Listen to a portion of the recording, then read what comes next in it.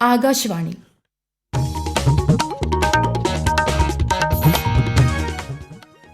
നമസ്കാരം. പ്രാദേശിക വാർത്തകൾ വായിക്കുന്നത് അമൃത വൈശാഖ്. പ്രധാന വാർത്തകൾ. വനിതാ സംവരണ ഭേദഗതി ബില്ലുമായി ബന്ധപ്പെട്ട് ലോക്സഭയിൽ ചർച്ച പുരോഗമിക്കുന്നു. രാജ്യസഭ ഇന്നത്തേക്ക് പിരിഞ്ഞു. രാജ്യവികസനത്തിൽ നാരീശക്തി സുപ്രധാന പങ്ക് വഹിക്കുന്നതായി പ്രധാനമന്ത്രി നരേന്ദ്രമോദി. ബിൽ അവതരണത്തിനിടെ പ്രതിപക്ഷ പ്രതിഷേധം. സംസ്ഥാനത്ത് ഞായറാഴ്ച വരെ പകൽ താപനില ഉയരുമെന്ന് മുന്നറിയിപ്പ്. പാലക്കാട് ജില്ലയിൽ താപനില 40 ഡിഗ്രി സെൽഷ്യസ് വരെ ഉയരും. കോഴിക്കോട് ജില്ലയിൽ ഡെങ്കിപ്പനി ബാധിതരുടെ എണ്ണം വർദ്ധിക്കുന്ന സാഹചര്യത്തിൽ പ്രതിരോധ പ്രവർത്തനങ്ങൾ ഊർജിതമാക്കി ആരോഗ്യവകുപ്പ്. പശ്ചിമേഷ്യൻ സംഘർഷങ്ങൾക്കിടയിലും ഇന്ത്യൻ സമ്പദ്വ്യവസ്ഥ ശക്തമായ പാതയിലാണെന്ന് അന്താരാഷ്ട്ര നാണയനിധി. ISL ഫുട്ബോളിൽ ഇന്ന് ഈസ്റ്റ് ബംഗാൾ ബംഗളൂരു FC പോരാട്ടം. വാർത്തകൾ വിശദമായി. വനിതാ സംവരണ ഭേദഗതി ബില്ലുമായി ബന്ധപ്പെട്ട് ലോക്സഭയിൽ ചർച്ച പുരോഗമിക്കുന്നു.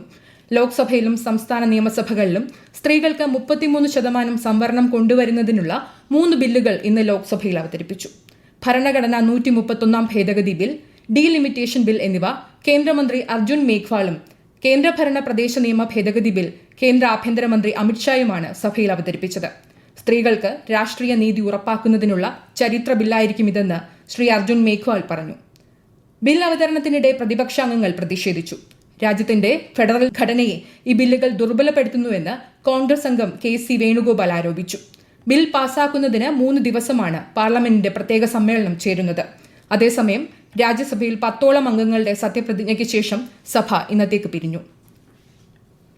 രാജ്യത്തിന്റെ വികസനത്തിൽ നാരീശക്തി സുപ്രധാന പങ്ക് വഹിക്കുന്നതായി പ്രധാനമന്ത്രി നരേന്ദ്രമോദി. നയരൂപീകരണത്തിൽ സ്ത്രീകൾക്ക് അർഹമായ പ്രാതിനിധ്യം നൽകേണ്ടത് കാലഘട്ടത്തിന്റെ ആവശ്യമാണെന്നും ലോക്സഭയിൽ വനിതാ സംവരണ ബില്ലുമായി ബന്ധപ്പെട്ട ചർച്ചയിൽ അദ്ദേഹം പറഞ്ഞു. आज भी मैं कहता हूं, अगर हम सब साथ में जाते हैं तो इतिहास गवाह है कि किसी एक के राजनीतिक पक्ष में नहीं जाएगा, ये देश के लोकतंत्र के पक्ष में जाएगा, देश के सामूहिक निर्णय शक्ति के पक्ष में जाएगा और हम सब उसके यश के हकदार होंगे. നിയമസഭാ തെരഞ്ഞെടുപ്പ് നടക്കുന്ന തമിഴ്നാട്ടിലും പശ്ചിമബംഗാളിലും പ്രചാരണം ഊർജിതം. BJP നേതാവും അസം മുഖ്യമന്ത്രിയുമായ ഹിമന്ത ബിശ്വ ശർമ്മ പശ്ചിമബംഗാളിൽ പ്രചാരണത്തിൽ പങ്കെടുക്കുന്നുണ്ട്. തൃണമൂൽ കോൺഗ്രസ് നേതാവും മുഖ്യമന്ത്രിയുമായ മമതാ ബാനർജിയും തിരഞ്ഞെടുപ്പ് പ്രചാരണ രംഗത്ത് സജീവമാണ്. തമിഴ്നാട്ടിൽ NDAയുടെ പ്രചാരണത്തിനായി പ്രധാനമന്ത്രിയും BJP നേതാവുമായ നരേന്ദ്രമോദി ഉൾപ്പെടെയുള്ളവർ കഴിഞ്ഞ ദിവസങ്ങളിലെത്തിയിരുന്നു.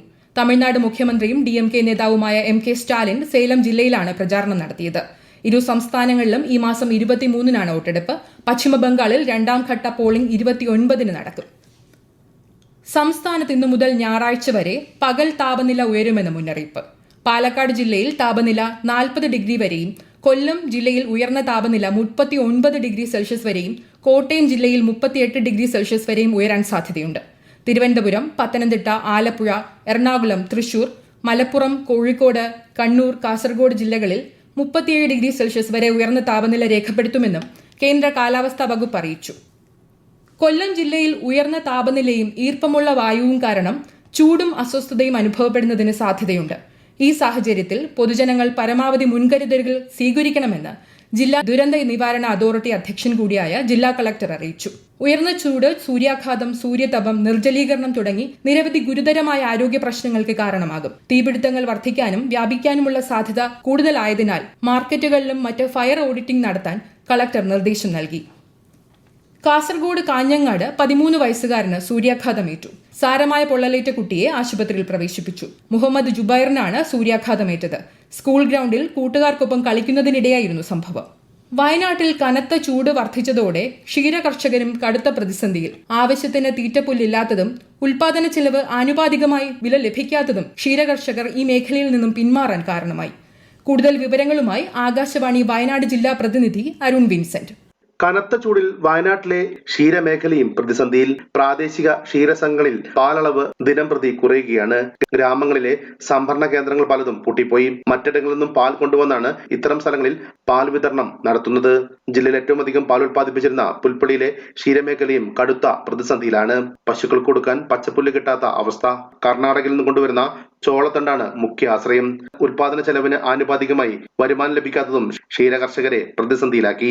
അടിയന്തരമായി മിൽമ പാലിന് വില വർദ്ധിപ്പിക്കണമെന്നാണ് ക്ഷീര കർഷകർ ആവശ്യപ്പെടുന്നത്.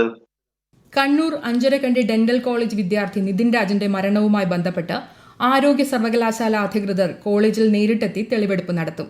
അതേസമയം വിദ്യാർത്ഥിയുടെ മരണത്തിൽ ഉത്തരവാദികളായവർക്ക് നേരെ നരഹത്യയ്ക്ക് കേസെടുക്കണമെന്ന് ആദിവാസി ദളിത് മുന്നേറ്റ സമിതി, അംബേദ്കർ ഡെമോക്രാറ്റിക് ഫ്രണ്ട് എന്നീ സംഘടനകൾ ആവശ്യപ്പെട്ടു.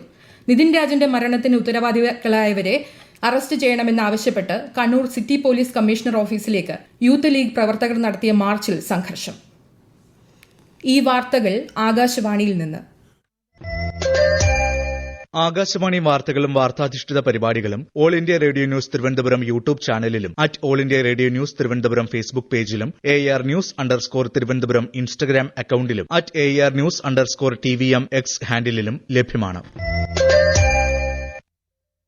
സംസ്ഥാനത്ത് SSLC പരീക്ഷയുടെ മൂല്യനിർണ്ണയം ആരംഭിച്ചു.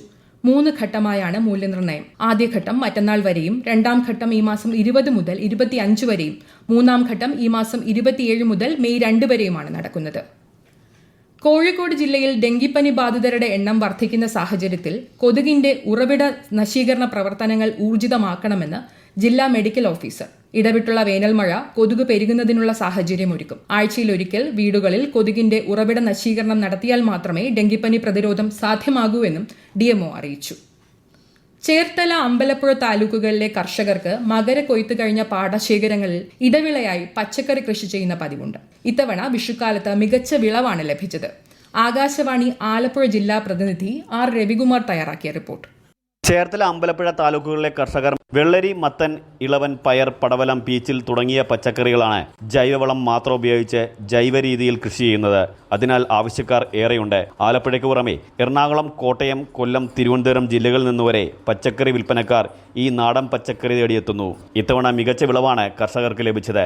ഈ ചൂടുകാലത്ത് പൊട്ടുവെള്ളരിയും തണ്ണിമത്തനും തേടി നിരവധി പേരാണ് ഇപ്പോഴും കരപ്പുറത്തെ കർഷകരെ തേടിയെത്തുന്നത്. ശ്രീ പത്മനാഭസ്വാമി ക്ഷേത്രത്തിലെ നിറപുത്തരിക്കുള്ള ഞാറുനടിയിൽ ചടങ്ങ് തിരുവനന്തപുരം പുത്തരിക്കണ്ടം മൈതാനിയിൽ നടന്നു. മേയർ VV രാജേഷ് ഉദ്ഘാടനം ചെയ്തു. ISL ഫുട്ബോളിൽ ഇന്ന് ഈസ്റ്റ് ബംഗാൾ ബംഗളൂരു FCയെ നേരിടും. രാത്രി 7:30 കൊൽക്കത്തയിലെ സാൾട്ട് ലേക്ക് സ്റ്റേഡിയത്തിലാണ് മത്സരം. IPL ക്രിക്കറ്റിൽ ഇന്ന് മുംബൈ ഇന്ത്യൻസ് പഞ്ചാബ് കിങ്സിനെ നേരിടും. രാത്രി 7:30 മുംബൈ വാങ്കഡെ സ്റ്റേഡിയത്തിലാണ് മത്സരം. പശ്ചിമേഷ്യൻ സംഘർഷങ്ങൾക്കിടെ ആഗോള സാമ്പത്തിക വളർച്ച മന്ദഗതിയിലാകുമ്പോഴും ഇന്ത്യൻ സമ്പദ്വ്യവസ്ഥ ശക്തമായ പാതയിലെന്ന് അന്താരാഷ്ട്ര നാണയനിധി മേധാവി ക്രിസ്റ്റലീന ജോർജിയേവ. IMFന്റെ ആഗോള വാർഷിക സാമ്പത്തിക സമ്മേളനത്തിനിടെ നടത്തിയ വാർത്താ സമ്മേളനത്തിൽ സംസാരിക്കുകയായിരുന്നു അവർ. രാജ്യത്തിന്റെ ശക്തമായ അടിത്തറ മറ്റ് മിക്ക സമ്പദ് വ്യവസ്ഥകളെക്കാളും മികച്ച പ്രകടനം കാഴ്ചവെക്കാൻ ഇന്ത്യയെ സഹായിക്കുന്നുണ്ടെന്നും IMF മേധാവി പറഞ്ഞു. രാജ്യത്തെ ഓഹരി വിപണികളിൽ നഷ്ടം. സെൻസെക്സ് 122 പോയിന്റ് താഴ്ന്ന് 77,988-ലും നിഫ്റ്റി 34 പോയിന്റ് നഷ്ടത്തിൽ 24,196-ലും വ്യാപാരം അവസാനിപ്പിച്ചു. സ്വർണ്ണവില വർദ്ധിച്ചു. പവന് 160 രൂപ വർദ്ധിച്ച് 1,14,080 രൂപയും ഗ്രാമിന് 14,260 രൂപയുമാണ് ഇന്നത്തെ വില. സമൂഹ മാധ്യമങ്ങളിൽ സാമ്പത്തിക ആനുകൂല്യങ്ങൾ വാഗ്ദാനം ചെയ്യുന്ന തരത്തിൽ കേന്ദ്ര ധനമന്ത്രി നിർമ്മല സീതാരാമന്റെ പേരിൽ പ്രചരിക്കുന്ന വീഡിയോ വ്യാജമെന്ന് പ്രസ് ഇൻഫർമേഷൻ ബ്യൂറോ. ഈ വീഡിയോ നിർമ്മിത ബുദ്ധി ഉപയോഗിച്ച് സൃഷ്ടിച്ചതാണെന്നും ഇത്തരം വീഡിയോകൾക്കെതിരെ ജനങ്ങൾ ജാഗ്രത പാലിക്കണമെന്നും PIB വസ്തുതാ പരിശോധനാ യൂണിറ്റ് അറിയിച്ചു. പ്രധാന വാർത്തകൾ വീണ്ടും.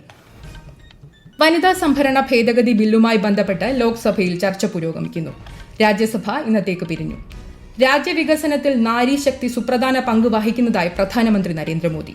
ബിൽ അവതരണത്തിനിടെ പ്രതിപക്ഷ പ്രതിഷേധം. സംസ്ഥാനത്ത് ഞായറാഴ്ച വരെ പകൽ താപനില ഉയരുമെന്ന് മുന്നറിയിപ്പ്. പാലക്കാട് ജില്ലയിൽ താപനില 40 ഡിഗ്രി സെൽഷ്യസ് വരെ ഉയരും. കോഴിക്കോട് ജില്ലയിൽ ഡെങ്കിപ്പനി ബാധിതരുടെ എണ്ണം വർദ്ധിക്കുന്ന സാഹചര്യത്തിൽ പ്രതിരോധ പ്രവർത്തനങ്ങൾ ഊർജിതമാക്കി ആരോഗ്യവകുപ്പ്. പശ്ചിമേഷ്യൻ സംഘർഷങ്ങൾക്കിടയിലും ഇന്ത്യൻ സമ്പദ് വ്യവസ്ഥ ശക്തമായ പാതയിലാണെന്ന് അന്താരാഷ്ട്ര നാണയനിധി. ISL ഫുട്ബോളിൽ ഇന്ന് ഈസ്റ്റ് ബംഗാൾ ബംഗളൂരു FC പോരാട്ടം.